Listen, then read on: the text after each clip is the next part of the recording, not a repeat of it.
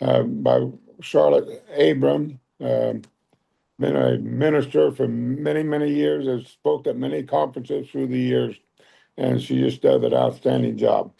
Um, we go into business session after the opening worship, and then that evening at 6:30, for those of you that love to sing, we're having a uh, conference choir this year, and we're having the rehearsal at 6:30 Thursday evening. They used to do this years ago. They haven't done it for several years, and so um, this is exciting to be bringing back this um, a particular uh, event at our annual conference. Um, Friday morning, we're having a worship service with the Great Plains Conference youth. And these youth always do an outstanding job. So I encourage you to get up and have your breakfast and be there for the 9 o'clock uh, or 8 o'clock worship service. I understand getting up a little early, but um, it's worth your time to make the effort to do that. Um, the bishop will also give his Episcopal address Friday morning, and then we go into a business session and take care of business activities. At 10:30, we're having a keynote speaker, um, Dr. Ashley Brogan, and she has spoken before and does an outstanding job. Um, in the afternoon, we're going to get Lisa will give her laity address, and the youth representative will give their address. And the youth always do an outstanding job. Um, then we go back into business. At 4:30, we have a baptism service, and this is usually clergy members that had a newborn baby, a child, and the bishop will baptize them. And then we recognize the retirees, and then that evening, yeah, dinner's on your own, or you can go to a retiree celebration and dinner if you signed up for it. Um, Friday morning or Saturday morning, the youth lead the worship and communion, and then we go back into business and wrap up the business activity. And at 11 o'clock, the ordination service. And I just encourage you to participate and attend the ordination service. It's always an outstanding event. We got a bishop that right offhand, I can't think of his name right now, but he comes from the Philippines and will be given the ordination sermon. And then the last thing is opportunity to congratulate the new ordinands, and there will be appetizers and beverages available. So a lot of things going on. Encourage you to participate as much as possible. And I know that always the conflicts maybe back home or things you had to return home for, but or can't come as quick as you'd like because of activities. But sure encourage you to attend and represent your church. Thank you, Keith. A couple of things that I want to mention as Keith went through the schedule, and he does a great job of going through that schedule and reminding us what we need to be present and engaged for. With the workshop, just please note as you're making your plans on attending that workshops will not be repeated. They're only offered those one time. So, like in particular, let's say you're interested in the Christian nationalism one, that's only going to be offered on that Wednesday session, not again on the Thursday morning session. So I feel like it's important to let you all know that, because sometimes, usually when we go to things, those workshops are repeated, but they're not going to be repeated this time um, for a number of reasons. And so I just wanted to point that out as a point of reference for that in the schedule. The other thing that I would like to point out on the schedule point out too. That taproom trivia night that's on the schedule, that's going to be off-site, but it's off-site at a local brewery owned by the Lutherans, some Lutherans, and it's called the Upper Room. So if any of you like the concept of going to somewhere called the Upper Room and doing trivia night, that is a new activity that's being sponsored by the Great Plains Conference Commission on Archives and History. We have two archives, one in Nebraska and one in Kansas, and they thought it would be fun to do trivia and to do it at a place called the Upper Room. So that's a new fun activity if that's something you would like to do. The other thing that's not on the schedule for Thursday, but I just talked to somebody who has made the arrangements. There will be a moment, there will be an opportunity on Thursday morning to do a service activity. So let's say you did on Thursday morning, you come in on Wednesday, you're like, I don't know what to do Thursday morning. There will be a service activity. It will be on site at the conference center. We'll be packaging meals. And so there's an opportunity to do service, especially with a theme called Serve Joyfully, right there on site on Thursday morning. And the other thing that I have been reminded by our district superintendents, that even if you didn't sign up for brunch, they'd like to see your faces at the district meeting and the district gatherings. So it's okay if you did sign up for the brunch and you're going to, do breakfast and lunch or something else, and you're not doing the on-site brunch. They still would love to see your faces at the district meetings that will be happening. They don't have listed out what rooms. You will find that out when you register, what rooms you'll need to go to for your districts. But that is a point that you will get a chance to kind of meet new people or see friends, but will be within your districts. So that's a really good opportunity, especially for those of you who are new, to have that connection point. And I really wanted to point that out as a reminder piece, kind of thing. And so that's a couple of things as I look through the schedule that Keith wouldn't have known about, as I just pointed, like just little bits of other information that we wanted to point out. And I do echo again the opportunity to hear Dr. Ashley Bogan as our speaker. She's great. And also the opportunity to hear Bishop Rappanute, who will be speaking at our ordination.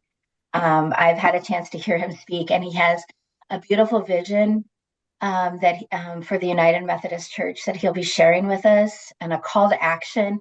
And he pays really particular attention to laity and where our place is within that. So I think that that's an opportunity for us to hear a voice like that from as part of our ordination service.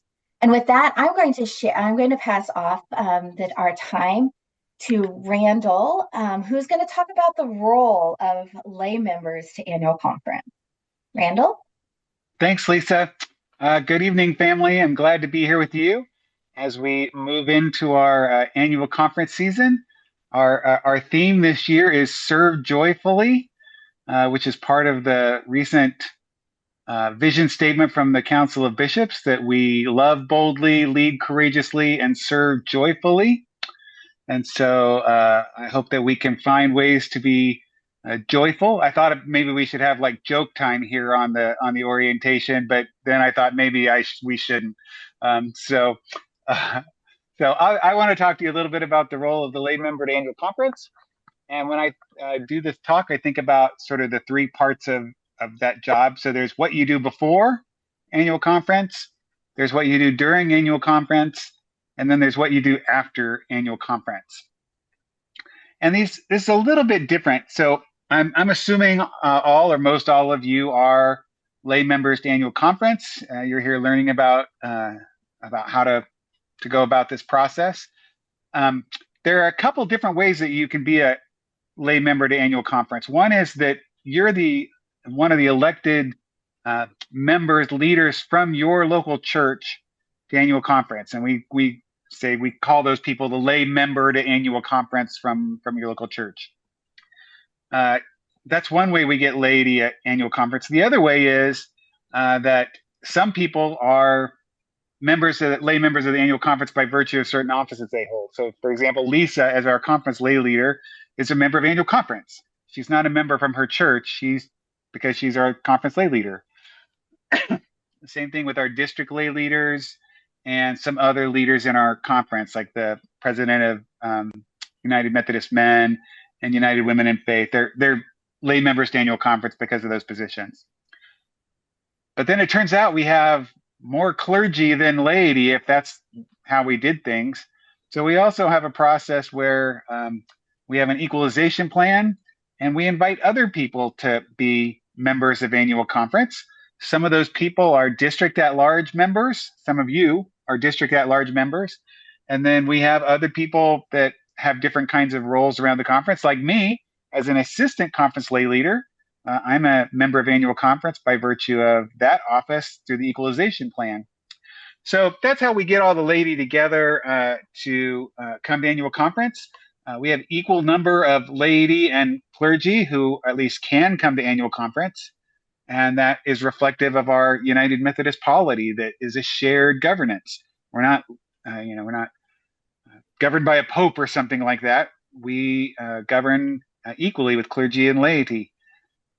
So all of you are probably either lay members from your local church, or you're some sort of at-large lay member or a lay member by virtue of some leadership position that you have. So the roles are just a little bit different, not a lot, but a little bit different. And so I just want to go through that a little. If you're a lay member from your local church, one of the aspects of that, you may know if you've done it, is that means you're like on every committee in your local church, and you're part of your leadership team at your local church. And the reason for that is because you, as a lay member from your local church, are sort of the bridge between your local congregation and the annual conference. That's what one of your primary roles is, to sort of bridge that gap between the local congregation and the annual conference. And so that's why it's important. If you ever wonder why is the lay member for annual conference on all these committees in my local church, it's because part of your role is to understand what's going on in your local church, have that really good understanding, and be able to bring that insight to annual conference so that when we get together, we get that wisdom. So part of that role for you before annual conference, if you're a lay member from your local church, is to be involved in the leadership of your local church and to know what's going on there. It's a little different if you're an at-large member. You may not have those same kind of responsibilities in the local church. You might, but you might not. You're still a bridge, I think, to the annual conference between the laity of the conference and the annual conference, but in a little bit of a different way. So in general, if you're a lay member before annual conference, you need to be getting ready for annual conference. How do you do that? Well, one, you'd be talking to people and leading and doing the things that you're already doing in your local churches, so that you can come to annual conference kind of knowing what's going on in your local area. See, like Lisa and I, we don't know what's going on everywhere. We don't have insight into those kind of things. One of the ways we find out is when we get together at things like annual conference, and we share stories about ministries and challenges and the things that are going on all over Nebraska and Kansas. And we can only do that if you come and bring your stories and your challenges and the things that are going on. So being involved in your local congregation, understanding the things that are going on there is really important. Specifically to get ready for annual conference, you will get the materials. Some of them are already out, like a conference workbook. I think is it already online? I think it is. There's going to be more information coming out, I can tell you. And so you need to be keeping track of this information. The conference, look at the conference workbook. It's going to have in there the agenda for the business part of the annual conference and the different aspects and pieces of business that we will be doing at annual conference. And so I think it's important for you as a lay member, whether you're from a local congregation or an at-large member, to sort of become familiar with the things that the annual conference is going to be talking about and deciding, and sort of forming opinions about that, uh, forming questions about different things. And by the way, you don't have to wait till annual conference to ask questions. If you saw something in the budget, or you saw something in a resolution, or some other proposal that was coming for annual conference and you had questions about that, you could seek out some of the people who are responsible for that work, that legislation, and ask questions ahead of time. You can come to annual conference. This is skipping ahead a little bit. You can come to annual conference and you can find the people at annual conference and talk to them. So you don't have to wait too long. But part of it is just to sort of get to know. And if you see things that you don't understand, ask. Ask Lisa, ask Keith, ask Guy. That's what one of our roles is, to help you understand and facilitate your success at annual conference. So when you look at those things, be sure to sort of ask those questions, and then come to annual conference. One question I get sometimes, especially for lay members from local congregations, is sort of like, am I supposed to know what my local congregation thinks about these different things? And my answer is, I don't know. I mean, there are different philosophies about how people are leaders when they are sort of elected from a group. I know, like, when I'm elected to go to general conference, my view is I go to represent to the best of my ability with the information that I have. I certainly want to know what my constituents think and what things will mean for them. Although at the end of the day, I'm going to vote like my conscience and things like that. Different people have different philosophies about that. Certainly, I think you can look at different things that might be coming to annual conference. And if you have questions, talk to the leaders in your local church about, do you think this would matter for us? Is this good for us? Is this bad for us? And again, so you can bring that information to annual conference. If you don't bring that information, we don't know that. I thought it was interesting at this last general conference in North Carolina, we were talking about some legislation. I don't even remember what it was now. Some legislation that was before the worldwide general conference. And there was the lady in our delegation who's from a rural area. And she said, this is really going to have a negative impact on rural areas. And I didn't know that. I'm not from a rural area. And so she was able to bring that perspective and help me understand that better. That's what I hope, if we're doing well, that's what we're doing at annual conference, is sharing those perspectives and gaining better understandings of our different contexts. Okay, so I think that's before annual conference. Learn, read the materials, ask questions, talk to people in your circles about some of these things. Get ready to serve joyfully and have fun. That's the main thing. At annual conference, your job, your role is, one, to be there, to represent the laity, to be a voice maybe for your local church. And when you're a lay member at annual conference, we're all the same, right? You have just as much voice and vote as Lisa does at annual conference. We're all just lay members of the annual conference. And so I think it can be a little intimidating sometimes to get up and speak. But here's what I think I could honestly tell you. If there's some time where you're like, I wonder if I should get up and add something to this conversation, I think there's something people don't know, the answer is yes. We need you to stand up and talk about that. And I know that can be a little intimidating in a big room. That can be a little intimidating sometimes with Robert's rules. But at the end of the day, if you're not standing up and sort of giving those perspectives from your local context, we don't know about them. And the other leaders in the church don't know about them. And so we're not likely to do as good a work. So you'll have a lot of opportunities. Keith already talked to you about workshops that you can go to. There's going to be a lot of great worship opportunities you can go to. And I definitely encourage you to go to. A lot of annual conference is just getting to know people and interact with people. If you're new to annual conference, again, I know this can be a little intimidating. When you come to annual conference, you will see seems like a lot of people know each other. That's because they do. This is a time where a lot of people, maybe this is the only time of year they see each other from around the Nebraska and Kansas. And so they'll be talking.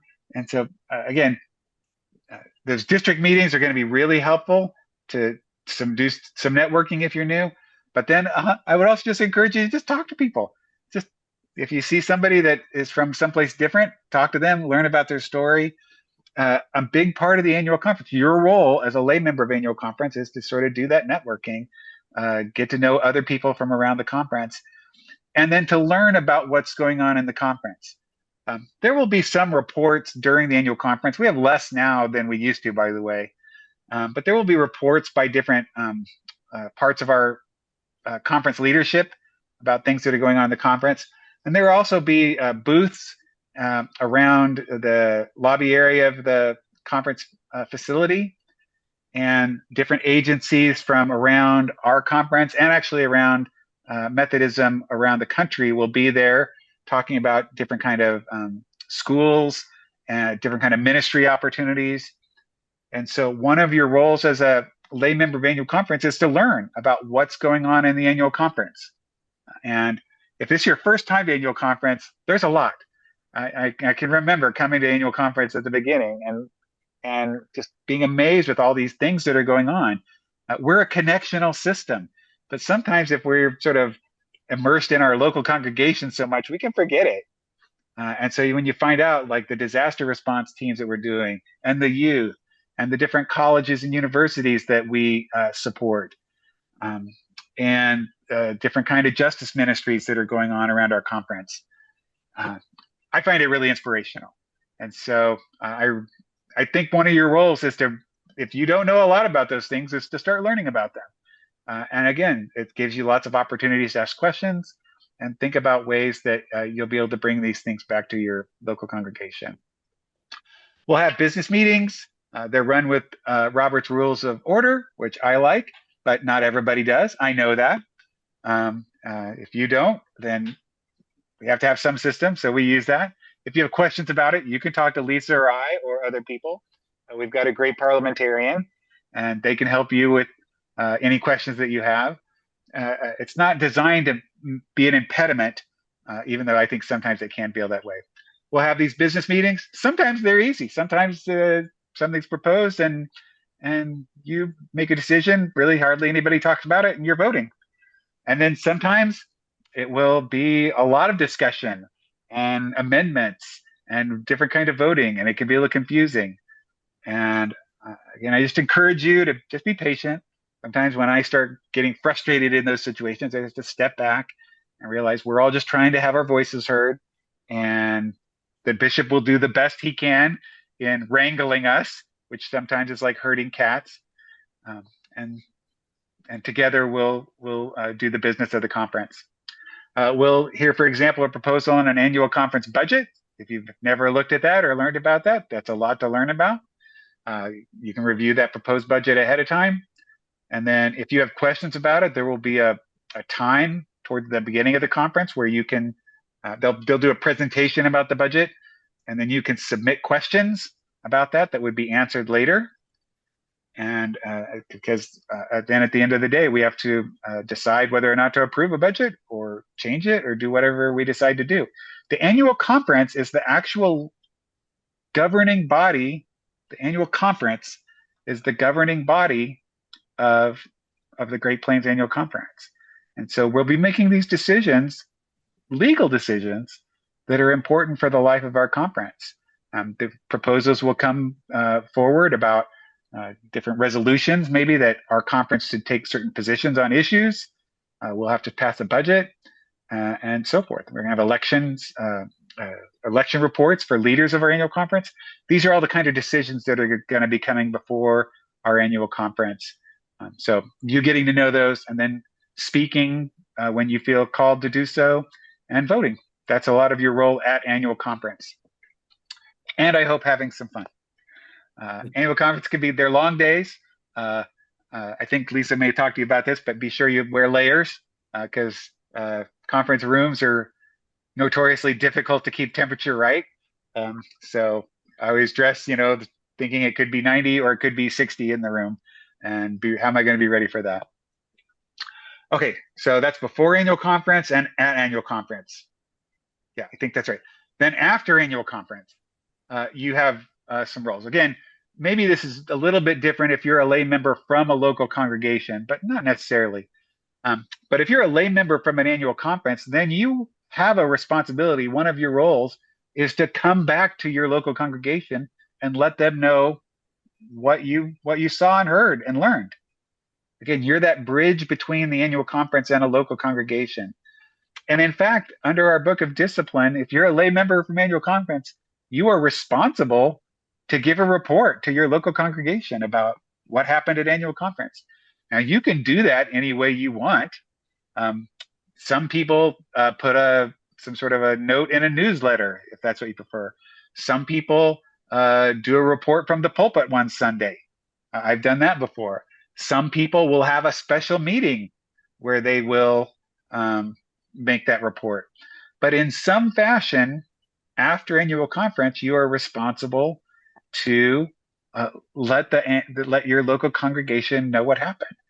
So I think it's a really useful time, especially if this is your first time, if you're new to annual conference.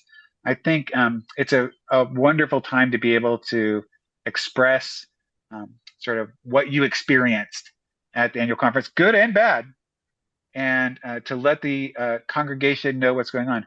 We hear a lot of information. We've been doing some research. I've been on a strategic planning team, and we know sometimes there feels like a lot of disconnect between local congregations and the annual conference. And the lay member of annual conference is one of our primary ways of trying to overcome some of that, because it's your role to sort of bring back and let the people in your congregation know what's going on, what opportunities there might be at the annual conference, what resources there might be from the annual conference, and hopefully sort of bridge that gap a little bit, make it feel a little bit less like the annual conference is not related to us. We're all related in this annual conference. By the way, in my church, again, we have lay members of annual conference who do that report, but we wrangle in anybody that was at annual conference for those reports. So I'm not a lay member from my local congregation, but I'm always part of that reporting team. And so if you have other people from your church who are at annual conference, wrangle them in and have them help you with that report after annual conference. And then throughout the year, as a member of annual conference, again, especially if you're a local member from your local congregation, you're going to be a leader in your church. And your job is to help interpret for your local congregation what's happening at annual conference, what's happened at annual conference, and what does that mean for the ministries in your local church. It can come in a lot of different ways, but I can imagine you being in some committee meeting where your congregation is talking about some ministry. Maybe we should think about this kind of ministry. And as a member of annual conference, you might be like, you know what? I'm pretty sure they talked about something like this at annual conference. You don't have to remember it, but you just have to, I think somebody talked about that. We need to connect with leaders at annual conference, and maybe we can bring that information to our local congregation. So that job of sort of bringing back from annual conference to your local congregation, that goes on all year round. So I think that's my outline for this time that you have before annual conference, time during annual conference, and time after annual conference. It's an important role. It may be like one of the most important leadership roles in our conference, because if we are, and I think we are, a connectional church, how are we connected? Our clergy do a lot in this regard, but I think it's the lay members of annual conference that really are that connection for the laity. So I'm praying for you and so thankful for you that you said yes and that you're willing to come do this work at annual conference. And I'm looking forward to seeing you. You can look for me this year. I'm going to make the commitment right here. You'll be able to find me this year. I'll have balloons because I'm serving joyfully this year at annual conference. So I'm going to be easy to find. You can also find Keith and Lisa. We'll be there the whole time. And I hope you will find me and introduce yourself to me if I haven't met you before. Thanks, Lisa. Okay, so Randall, there is a question that came into chat that you are the person that can answer this. If someone is interested still in being an at-large member, let's say their spouse is going to go with them and wants to be an at-large member, are we still accepting at-large members to annual conference? As far as I know, yes. Okay. All right. As far as I know, that button on the annual conference website is still active. It would be a little bit higher registration fee now. Well, they're actually already registered for annual conference as a guest and want to switch over to. You want to have them contact you? Or contact me and I'll help them get connected. Okay, so Randall, will you put your email into the chat for Dawn? That would be awesome. Okay, so so my part is some helpful hints for success. But I'm going to pause before I start into all the helpful hints because I want to answer some of the questions that have come in. I've done some of them for the chat, but I want to pull those out again. There was a question asking if there was an opportunity for an autograph signing from the keynote speaker, Dr. Vaughan. Not this year. There will not be a book signing for her this year. The books will be available for purchase. Her books will be available for purchase at annual conference. We actually have a book resource room that is run by Urban Abbey, which is one of our churches in Omaha that is a church and bookstore and coffee shop. And so they will have books there, and Dr. Vaughan's books will be available, but she will not be doing a book signing this year. The next question is, what time does the packaging of meals start? I'll be honest with you, I don't have that information. The schedule will be updated when they have it confirmed the time and the location. So the reason we put the schedule up on the website is so it can be as fluid as we need it to be.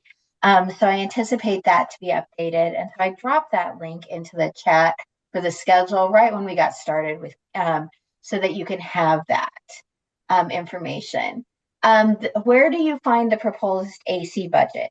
That is going to be released as an addendum to the workbook, but it won't be released until next week at the earliest, because it has to be voted on by Connecting Council on Friday, tomorrow.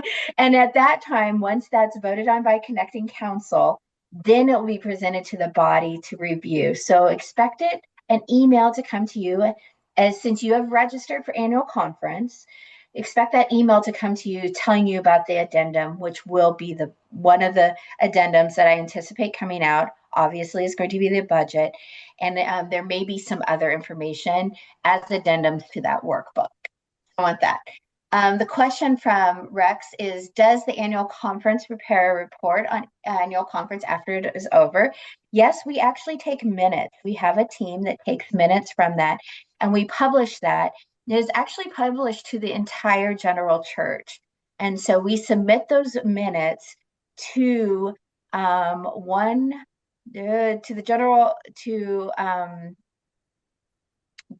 General Board and General Commission for Communications, and they will share out that after annual conference, we have a period of time to get the minutes correct, and then we send those out to there, and then there'll be an announcement. Hey, this week we got the minutes for Great Plains, Horizon, Texas, and Susquehanna conferences, and those will be available. So if you are really geeky about annual conference in the United Methodist Church, you can actually read the minutes to everybody's annual conferences if you so choose. It's actually a really good way to learn about different ministries and different things happening in the church. So it might be something kind of fun to do. So those Lisa? are some of, yeah. So I was going to say, I don't know if the official report you're talking about, our communication team will be they do news reports on the things that happen at annual conference really every day. So Yes. it's not like a big official report at the end, but there will be some reporting on the things that go on each day at annual conference through our communications team. And they will also have, they usually have like a photo, a lot of photos that they will put on the website later too, which might be helpful to you if you were doing a report to your local congregation later. Yes, thanks. So every day there will be a daily email that'll come out. It comes out early in the morning that talks about the previous day's activities. And so those will come out on a regular basis. You will receive it because you've registered for annual conference. And so you don't have to sign up for it. You're automatically going to get that report from that. So that is another way to just say, hey, I may have missed that, or did I hear this correctly? Or I'm looking for a quote like especially from one of the sermons, like you want to hear because I'll be honest, Reverend Dr. Charlotte Abram is going to say some really prophetic things. You may want to repeat that back. So there'll be a news story about that. So thank you, Randall, for that reminder. So now into some helpful tips, hints for success. One of the things I'm going to tell you too, and I dropped in the chat while Randall was talking, is I'm going to suggest to you is to look at the workbook. The workbook will provide the schedule. It also provides reports from committees of activities throughout the year. It also has our resolutions in those. Including in those resolutions are the church closings. And those are also considered resolutions that we have to vote on. Sometimes I really like to pray over those because that is a pray for the ministry that happened from those churches.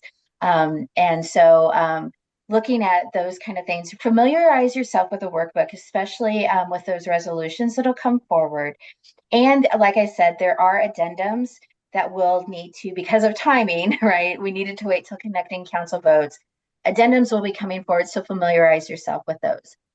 Here's the thing, that workbook is not going to be handed to you as a packet or a printed material when you get there. So either download it or have it accessible on an electronic device like your iPad or tablet or computer. Or if you want to print out the pages for it, if you have somebody at church that'll print it out and put it in a binder for you, because you need it to mark it up. I would recommend doing that ahead of time so that you have that, because that will not be available on site. And so really want to let people know about that piece. And that includes the addendums and everything. Because of our numbers, we are 1,200 people strong as a body. And so we decided to be kind and go as paperless as we possibly can. So we provide that opportunity ahead of time to do the work. It also familiarizes yourself with the things that are going to be discussed, so you can have questions about that. The one piece within that workbook that I can tell you is probably the most fluid piece is going to be the nominations report. Because I can tell you that the nominations committee works up until the time that the chair, Esther, gets on stage to present the nominations report. So that is going to be one that does get updated, and we do hand it out as a paper copy as we get there. But look at it now, knowing that that's probably one of the most fluid parts of the workbook as we go forward within that. As we're talking about Robert's Rules of Order, for people who are nervous about it or want a refresher, I used to think it was, you can actually get a laminated a piece, like a one-pager, that gives you the highlights of Robert's Rules. And you will see a number of people carrying those with them as we go into session, just to help as a refresher course. I might recommend, if that's something that makes you nervous or you need the refresher, please feel free to pack that. That's a good item to pack and take with you, just to have with you so you know how to make a motion, what needs a second, what needs a vote. They're very basic steps, but if you need just some assistance with that, that is an available tool that I believe you can purchase online.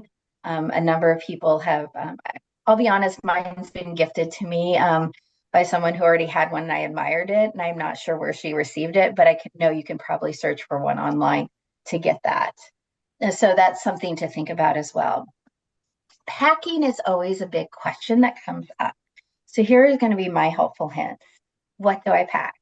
Remember that our days are long, and that we also, that our days are just long. And so wear things that you're going to see dress in a variety of ways, right? You're going to see people who are super dressed up in suits and everything like that. Oftentimes, those are the days that they're presenting on stage, or it's during ordination or something like that. Other people choose to go more casual because they know they're sitting in chairs and they need something that is much more comfortable for them to wear. I encourage you to, whatever you decide to do, it's usually around business casual, though you will see the youth stretching the term business casual a little bit, or casual, but they're also under the age of 18. So we just We're just excited that they're there. So we look into that. I will recommend layering up. And the reason I recommend layers, or at least have some kind of like a sweater, if you get cold easily, pack some layers. Because remember, we're 1,200 strong in a ballroom, which means that we can't adjust the temperature really easy. It takes most of the day to get it warmed up or cooled down. And then when we're in there for a period of time, we naturally, as 1,200 people in a ballroom, heat it up. Plus, you add all of the technology and the big screens, and that just makes it a little warmer. So then sometimes they crank the temperature down, and then there's a lot of adjustments that need to be made. So I always say be prepared for that. Also, be prepared for the fact that while we are in a conference center that is fairly well contained, you do end up walking, and those floors are not forgiving. So wear comfortable shoes, or have shoes that you're comfortable in and walking from. Now, for those, not everybody is staying in the hotel that is connected to the convention center, but we do run golf carts as much as we can from the parking lots to basically to the front door service. That is part of our volunteer opportunity. We also, as they can, they try to run some of the golf carts from the other hotels, but that's always dependent on whether the city gives us permission. They did last time give us permission to do that, and I believe they're doing that again. But we have a limited number of golf carts and a lot of hotels. So just be prepared to wear comfortable walking shoes if you're staying in a hotel that's not is not connected to the conference center. But also if you plan to be walking to, like on the days that we have like the district breakfast and everything like that, we'll be moving to a lot of different rooms. So I do recommend having good, comfortable shoes within that as well. The other thing that I also remind everybody too is that we are in a hotel ballroom, and which means that we're sitting on hotel ballroom chairs. They're comfortable until they're not comfortable, and then they get really uncomfortable. So do feel free to, as you need to, take breaks as you need to walk around. They do not like us standing as much as we can, not in the back of the room. So we tried, even just going out into the hallway for a little bit, taking a break and coming back in, please know you have permission to do so. The chairs are more comfortable than other places we have been, I can tell you from experience. But after hour 8 on Friday, they become not as comfortable as they started at. So be prepared a little bit. Sometimes just a mental preparation for that piece. And know it sounds weird to be talking about these things at at orientation for annual conference, but if we are not comfortable, then we're not paying attention, and that we're not able to fully engage. And so we're always looking for ways to help do so. I always tell you to capitalize on the connection points that you can make with other people, because this is your opportunity of sharing and exchanging of ideas. And that is always a really big thing to do in that connection point, because somebody may say something, you're like, wow, I think my church could do that, or my church already does that, but we could modify it a little bit based on what they do and maybe make it a little more successful. So those are always those wonderful opportunities of connection and learning more about that kind of piece. Jeff, I just saw your question. Blue jeans and polos, yes, perfect. You will see a number of clergy wearing that same look as well. And so definitely those kind of things. I'll be honest, I wear tennis shoes with my dress. That's, I may be in a dress, but there's going to be tennis shoes with those, just because I know the amount of walking that we have in all of those parts. One of the things too is to put on your calendar, if you don't have it already, there is going to be a pre-conference briefing that happens on, now I blanked on the date. You will receive information about it as somebody who's registered for annual conference, but that is going to be on Thursday, May 21st at 7 o'clock. This is where they go,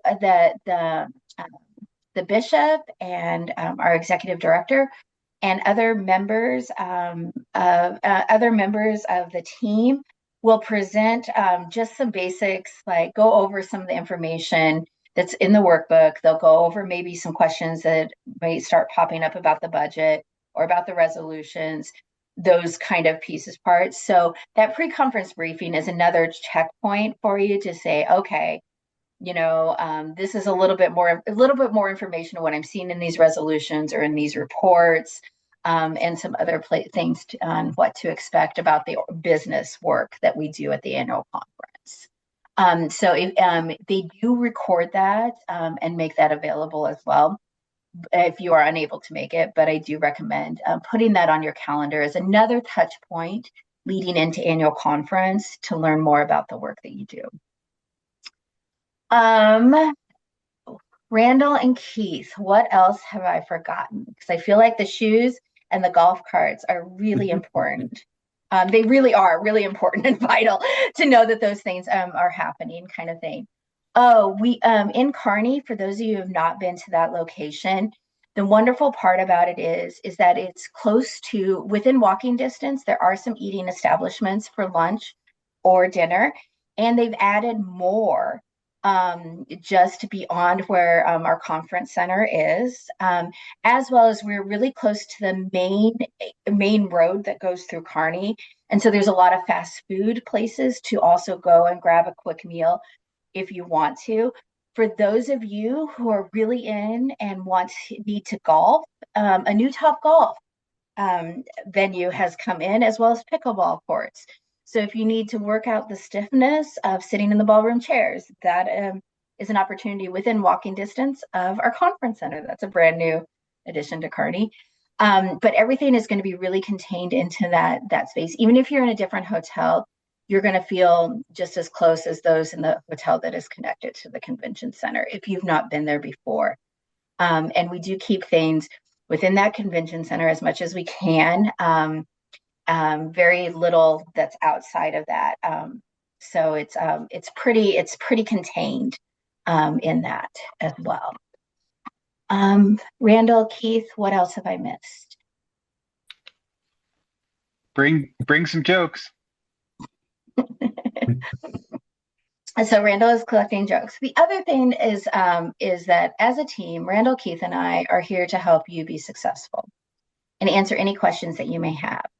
Please do not hesitate to reach out to either one of us ahead of time as we head into annual conference. We want to meet any of you that we have not met before.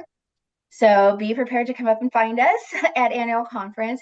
We want to touch base with those of you we have met and hear what's been going on in your lives and in your worlds, in your ministries, in your churches.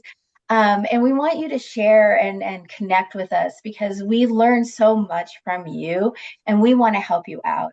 If you are lost or anything like that, we are here to help provide that direction and that guidance throughout the whole course of things. We succeed when everyone succeeds here. And we understand the value of our laity and our lay voices within this body because it is one of those.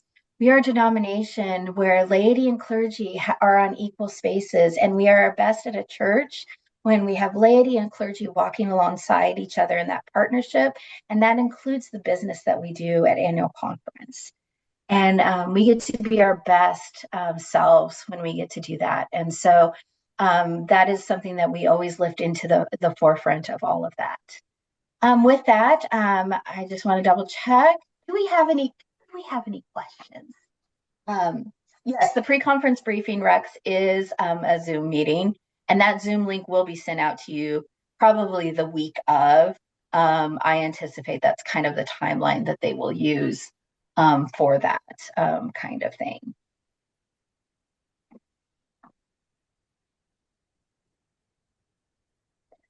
Yes, I see a hand raised.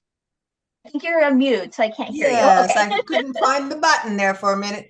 All three of you did a very nice presentation.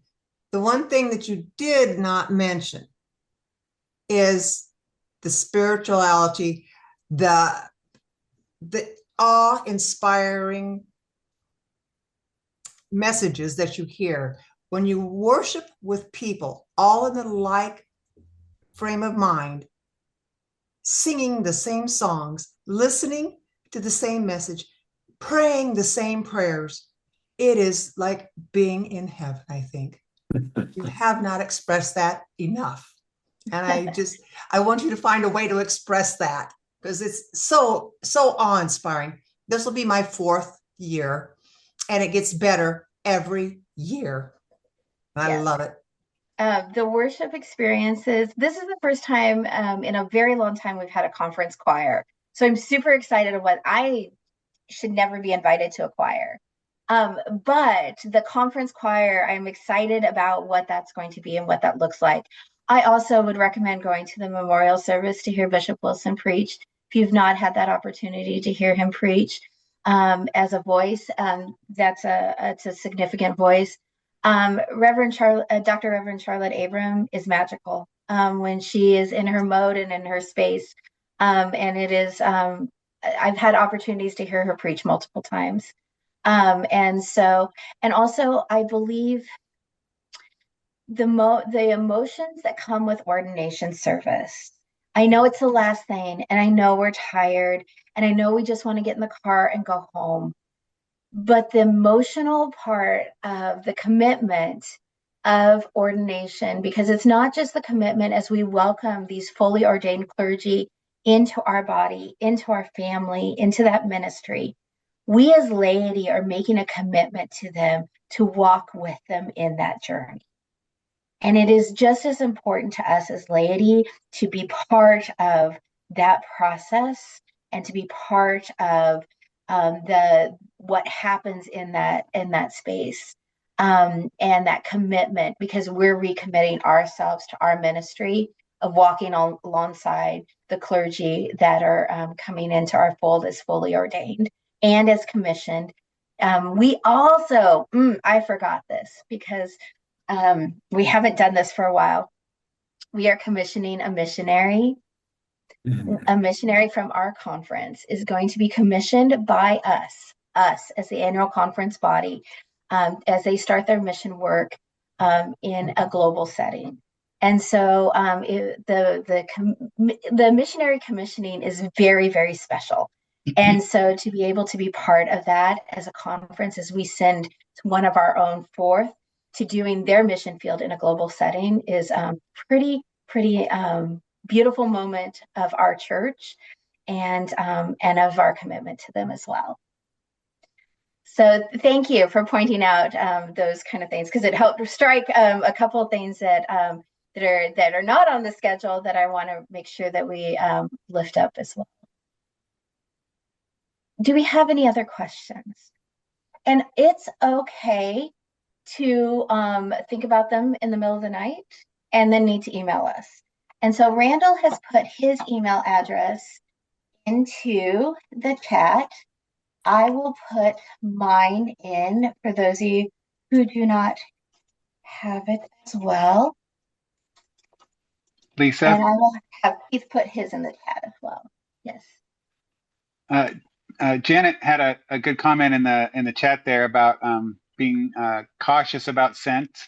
That some people like wearing different kinds of scents, but some people are very sensitive to that. And so I think generally when we're in big groups like this, we kind of just assume and know that there are people of all sorts of different people.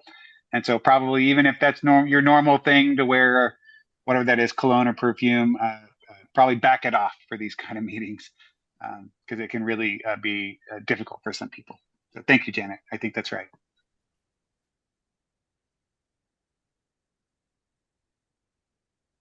Do we have any other questions that we can answer at this moment? You still are all excited about going to annual conference, right? And you're, yes, okay, all right. We haven't scared you too much about that work, because I can't wait to see all your beautiful faces in Kearney in a couple of weeks. And again, if it starts to become overwhelming, that's where we're here. We're here to reach out to us. We're here to help you. We want you all to succeed because we want your local churches to know about the connection, to know the work, And we want your churches and their ministries and their ministry contexts to succeed as well as they connect to the conference in this manner. Okay, if there are no other questions, Keith has offered to pray us out of this space. Before I enter into prayer, it's been enjoyable tonight to listen to the discussion.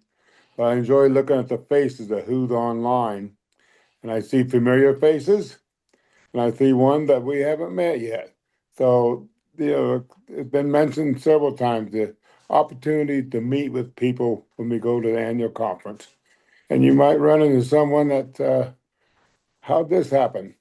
I'm reminded when I go to a dinner, I sit down with people I'm not unfamiliar with.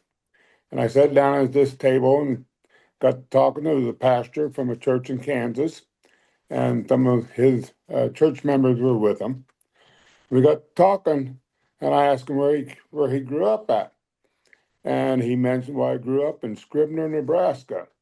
I said, really? My wife is from Scribner. So, you never know who you're going to run into when you start talking with people.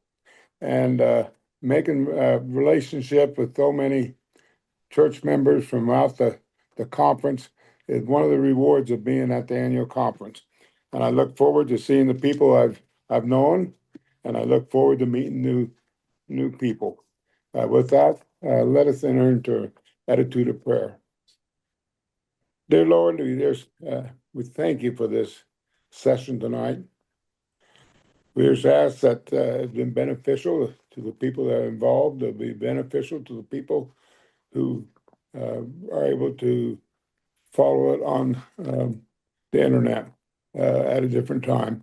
We just ask you, Lord, that as we meet at the conference, that we're doing your will.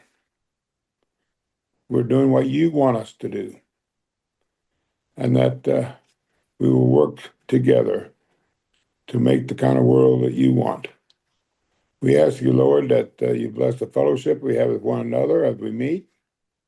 We ask especially to be with the new congregants that are becoming pastors, and just ask that they will be successful in the new occupation.